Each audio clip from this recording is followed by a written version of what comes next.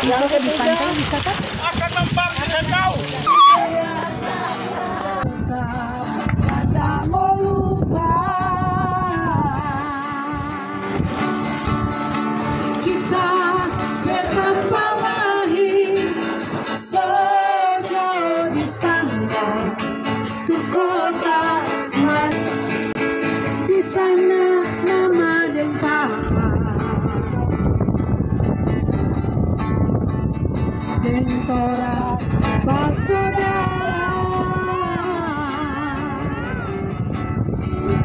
Selalu orang sembahyang saudara dalam Tuhan, orang bersaudara, amin.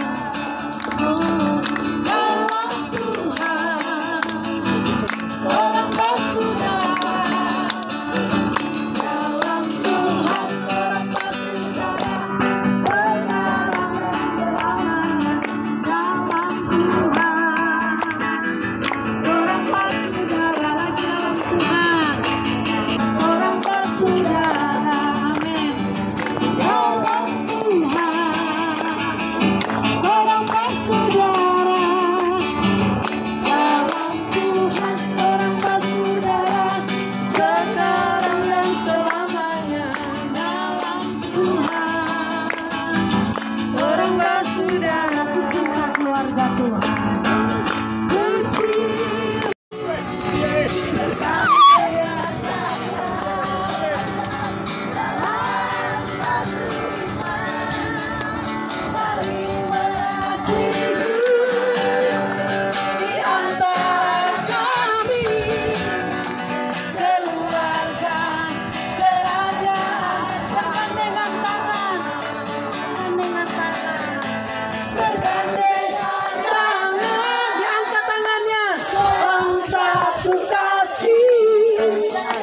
Bergandengan tangan dalam satu iman, saling mengasihi di antara kami, keluarga kerajaan.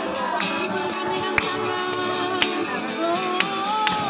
bergandengan tangan dalam satu kasih.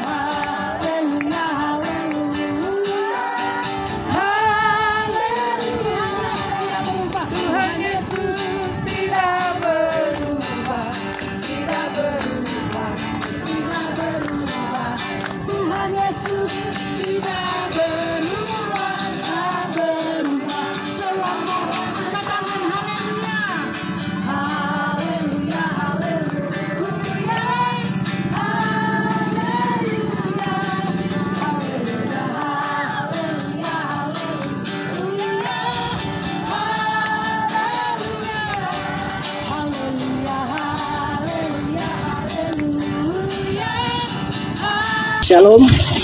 Apa kabar semuanya? Luar biasa. Haleluya. Haleluya. Puji Tuhan. Kita berada di di luar ruangan, jadi suaranya harus lebih keras, saudara ya. Haleluya. Haleluya. Puji Tuhan. Di saat ini kita sedang beribadah ibadah Natal perkumpulan K3 kawan saudara ya, dan semua hanya karena anugerah Tuhan. Saya diberikan kesempatan oleh Waketum K3 Jawa Timur untuk menyampaikan kebenaran firman Tuhan, dan tidak berlama-lama saudara yang diberkati oleh Tuhan. Kita buka dalam Galatia pasalnya yang ketiga. Galatia pasalnya yang ketiga, ayatnya yang ke-26 sampai ayatnya yang ke-28. Yang sudah dapat katakan amin. Amin. Galatia pasalnya yang ketiga, ayat yang ke-26 sampai 28. Saya bacakan dalam nama Tuhan Yesus Kristus. Sebab kamu semua adalah anak-anak Allah karena iman dalam Yesus Kristus. Karena kamu semua yang dibaptis dalam Kristus telah mengenakan Kristus. Dalam hal ini tidak ada orang Yahudi atau orang Yunani, tidak ada hamba atau orang merdeka, tidak ada laki-laki atau perempuan, karena kamu semua adalah satu di dalam Kristus Yesus. Katakan amin. Puji Tuhan. Tema kebenaran firman Tuhan, bahkan juga perkumpulan kita hari ini, yaitu Torang Semua Bersaudara. Amin. Kita semua bersaudara di dalam Tuhan. Kalau kita melihat Galatia pasal 6 ayat yang ke-28 ini berbicara tentang persatuan di dalam Yesus. Jadi orang yang sudah percaya di dalam Yesus itu harus ada persatuan. Tidak boleh ada yang namanya perselisihan, tidak boleh ada yang namanya perpecahan. Amin saudara.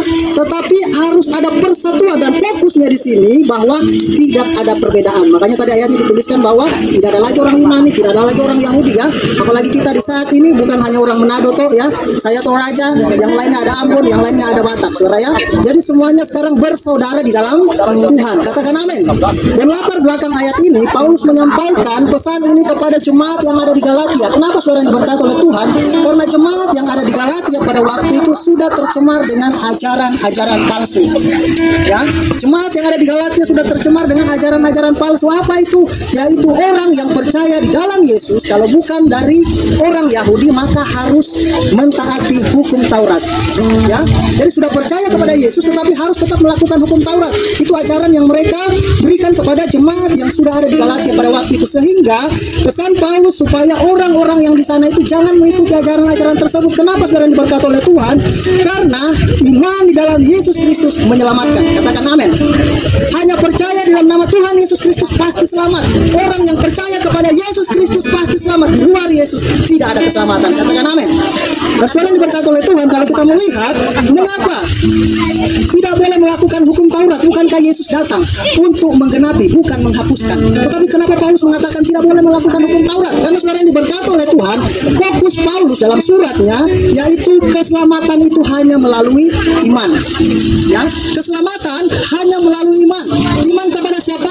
Iman kepada Yesus Kristus. Dalam Galatia pasal 2 ayat yang ke-16 dituliskan, kamu tahu bahwa tidak seorang pun yang dibenarkan oleh karena melakukan hukum Taurat, tetapi hanya oleh karena iman dalam Kristus Yesus. Sebab itu kami pun telah percaya kepada Kristus Yesus supaya kami dibenarkan oleh karena iman dalam Kristus dan bukan oleh karena melakukan hukum Taurat. Sebab tidak ada seorang pun yang dibenarkan oleh karena melakukan hukum Taurat. Jadi hukum Taurat hanya mengajarkan standar moral Allah. Ya, di dalam hukum Taurat hanya mengajarkan begini loh. Kamu harus melakukan seperti ini, kamu harus melakukan seperti ini. Tetapi tidak ada satu orang pun yang sanggup melakukan hukum Taurat. Makanya hanya Yesus. Ya, hanya satu orang yang bisa melakukan semua hukum Taurat dan digenapi dengan sempurna, yaitu Yesus Kristus. Makanya kenapa iman kita harus percaya hanya kepada Yesus saja. Dan hukum Taurat juga hanya membimbing, hanya mengajarkan bagaimana caranya untuk bisa sampai kepada keselamatan itu. Kalau kita melihat hukum-hukum Taurat yang berlaku pada zaman dahulu, saudara yang berkati oleh Tuhan, untuk menghapuskan dosa, untuk meminta pengampunan dari Tuhan, maka harus ada korban. Dan korban yang sempurna hanya ada di dalam Yesus Kristus. Makanya ketika kita percaya sungguh-sungguh kepada Yesus, pasti selamat. Katakan amin. Amin. Nah, saudara yang diberkati oleh Tuhan, kalau kita melihat di sini mengapa ajaran-ajaran guru palsu ini hanya fokusnya itu di hukum Taurat. Khususnya tadi kalau kita bicara di dalam Galatia pasal yang ketiga, itu fokusnya hanya bicara tentang sunat. Ya, kenapa harus sunat? Kenapa orang yang percaya ke dalam Yesus, kemudian dia bukan orang Yahudi, harus juga disunatkan supaya bisa dikatakan selamat oleh ajaran-ajaran pada waktu itu. Sehingga Paulus mengatakan bahwa sunat, saudara yang diberkati oleh Tuhan, kenapa fokus mereka hanya sunat? Karena sunat adalah tanda perjanjian lama antara Allah adalah dengan umat Allah yang dimulai dari Abraham. Dari mulai dari Abraham keturunannya semuanya harus disunat. Itu adalah tanda bahwa Tuhan sudah memberikan perbedaan. Ini loh umatku yang saya kasihi.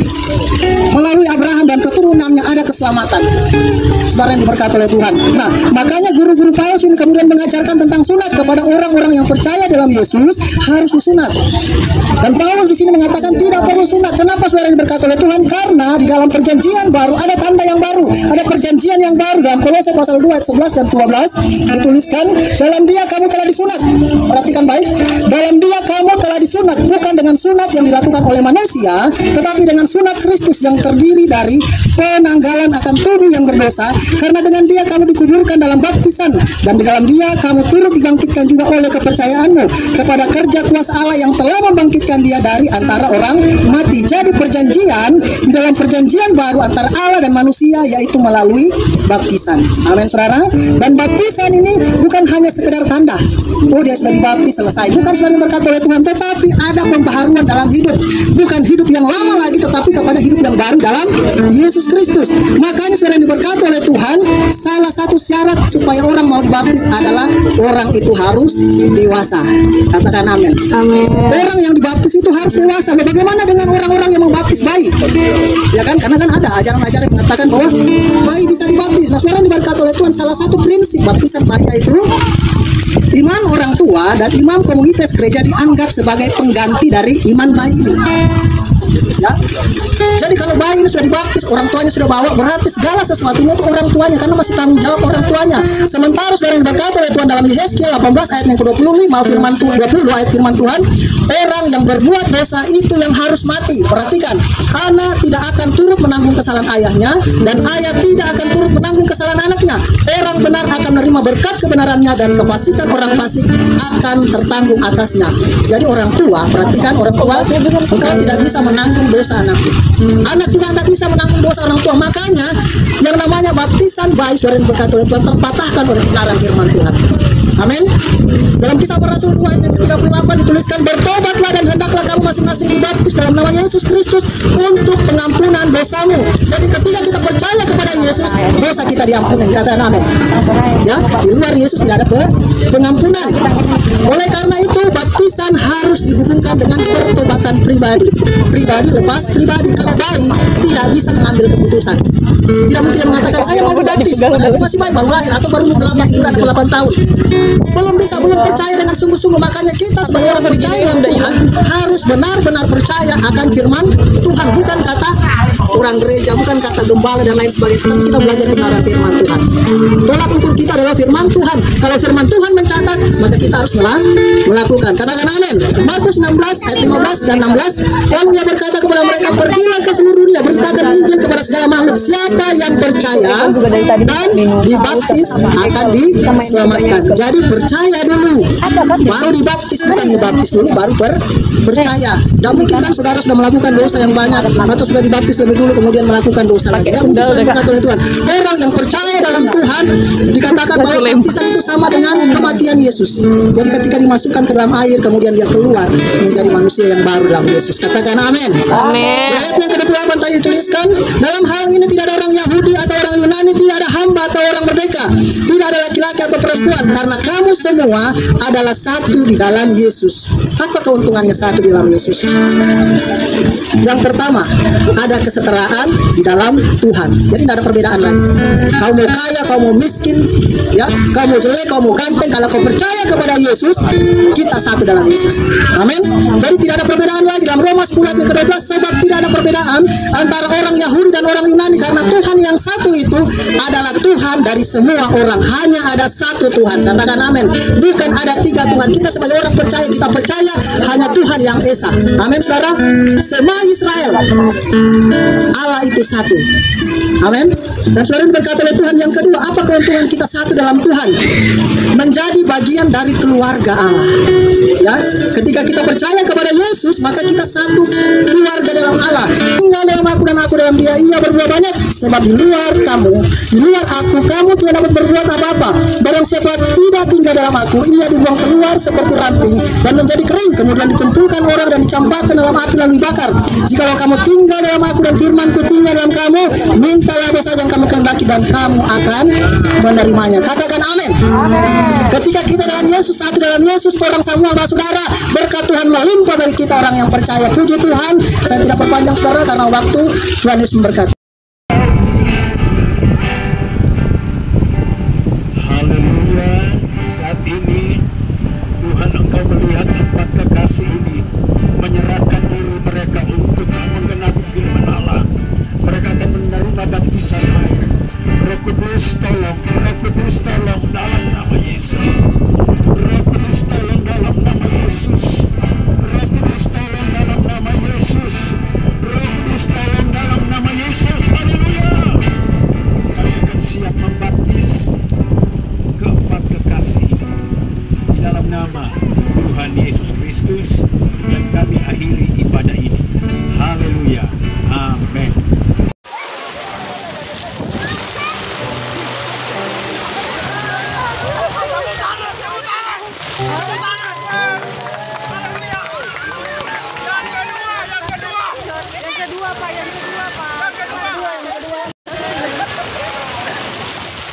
Yang ketiga,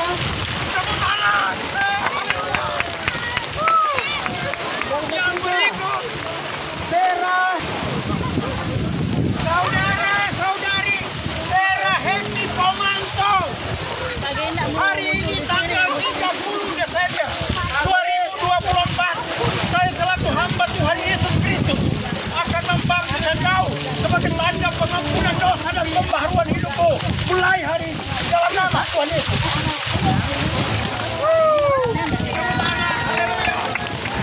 yang ketiga, Nasaret Misael Saduk. Misael siapa? 2006. Luar biasa dari Allah.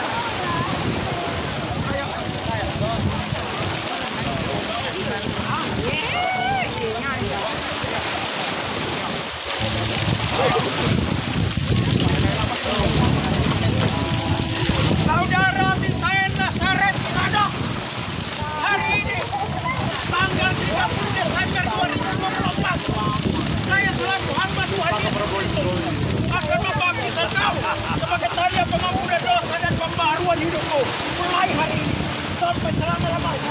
Demi nama Yesus. Demi nama Yesus.